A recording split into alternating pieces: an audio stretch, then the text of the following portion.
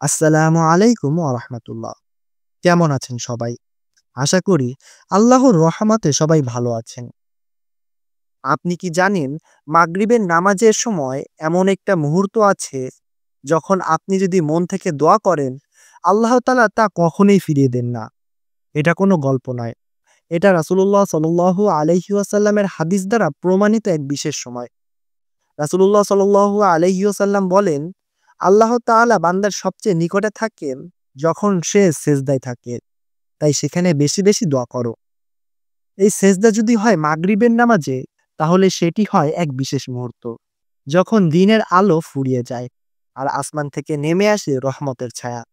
আজকের ভিডিওতে আমরা জানবো মাগরিবের নামাজে দোয়া কবুল হওয়ার রহস্য, সেজদার সময় পড়া সেই ছোট্ট শক্তিশালী দোয়াটির কথা, আর কিভাবে এই দোয়ার মাধ্যমে আর আপনার মনের আশা পূরণ হতে পারে।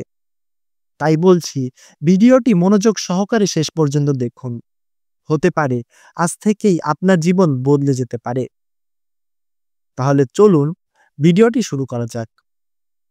মাগরিবের সময়টা খুবই রহস্যময় ও বরকতময় সময়। দিন ও রাতের মিলনের মুহূর্ত, যখন ফেরেশতারা দিনের আমল তুলে নেয় এবং রাতের আমল শুরু করে।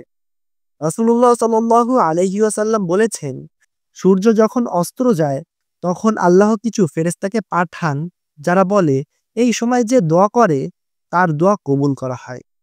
অর্থাৎ মাগরিবের সময়টা এমন একটা সময় যখন আল্লাহর দরবারে দোয়ার দরজা পুরোপুরি খোলা থাকে। আর আপনি যদি এই সময় আল্লাহর সামনে মাথা নত করেন, সেজদায় চোখের পানি ফেলেন, তাহলে আল্লাহ নিজেই বলেন, আমি শুনছি, বলো আমার বান্দা। মাগরিবের নামাজ মাত্র ৩ রাকাত, কিন্তু প্রতিটি রাকাতে আছে এমন এক রহস্য যা হয়তো আমরা কখনোই খেয়াল করি না। মাগরিবের নামাজকে বলা হয় দিনের শেষ ইবাদত, যেখানে দিনের পাপ মোচনের সুযোগ থাকে। রাসূলুল্লাহ সাল্লাল্লাহু আলাইহি ওয়াসাল্লাম বলেছেন, যে বান্দা আন্তরিকভাবে মাগরিবের নামাজ আদায় করে তার পূর্বের সমস্ত ছোট পাপ ক্ষমা করে দেওয়া হয়। এবার চলুন আমরা সেই বিশেষ দোয়াটির কথা জানি, যে দোয়াটি সেজদারত অবস্থায় পড়লে আল্লাহ আপনার দোয়া কখনোই ফিরিয়ে দিবেন না।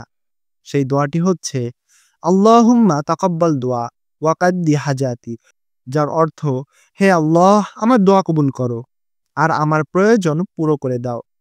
অথবা খুব সহজে বলতে পারেন, ইয়া আল্লাহ আমার মনের চাওয়া পূরণ করো। এই ছোট্ট কথাটি যদি মন থেকে বলেন আর আল্লাহ তা যদি শুনে নেন, হতে পারে আপনার জীবন বদলে যাবে। এবার চলুন জানি এই দোয়াটি কিভাবে পড়লে আল্লাহ তাআলা দোয়া কবুল করেন। আপনি প্রথমে সেজদায় যাবেন। সেজদায় যাওয়ার পর ৩ বার সুবহানা রব্বিয়াল আলা বলবেন। এরপর একটু থেমে মন শান্ত করে নিজের মনের কথা বলবেন। দোয়ার সময় মুখে হাসি নয়, বরং চোখে পানি রাখুন। আর সবচেয়ে গুরুত্বপূর্ণ হচ্ছে মনে বিশ্বাস রাখুন যে আল্লাহ আপনার দোয়া কবুল করবেনই। আল্লাহ তাআলা বলেন, আমি আমার বান্দার ধারণার উপর আছি। অর্থাৎ আপনি যদি বিশ্বাস করেন আল্লাহ আপনার দোয়া কবুল করবেনই, তাহলে ইনশাআল্লাহ তাই হবে।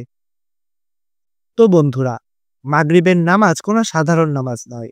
এটা হলো এমন এক সময় যখন আকাশে রহমতের পর্দা নামে আর পৃথিবীতে খুলে যায় দোয়ার দরজা। আপনি যদি আজ থেকে প্রতিদিন মাগরিবের নামাজে সেজদায় মন থেকে বলেন, ইয়া আল্লাহ আমার মনের চাওয়া পূরণ করো, তাহলে একদিন দেখবেন আল্লাহ আপনার দোয়া কবুল করে নিয়েছেন ইনশাআল্লাহ।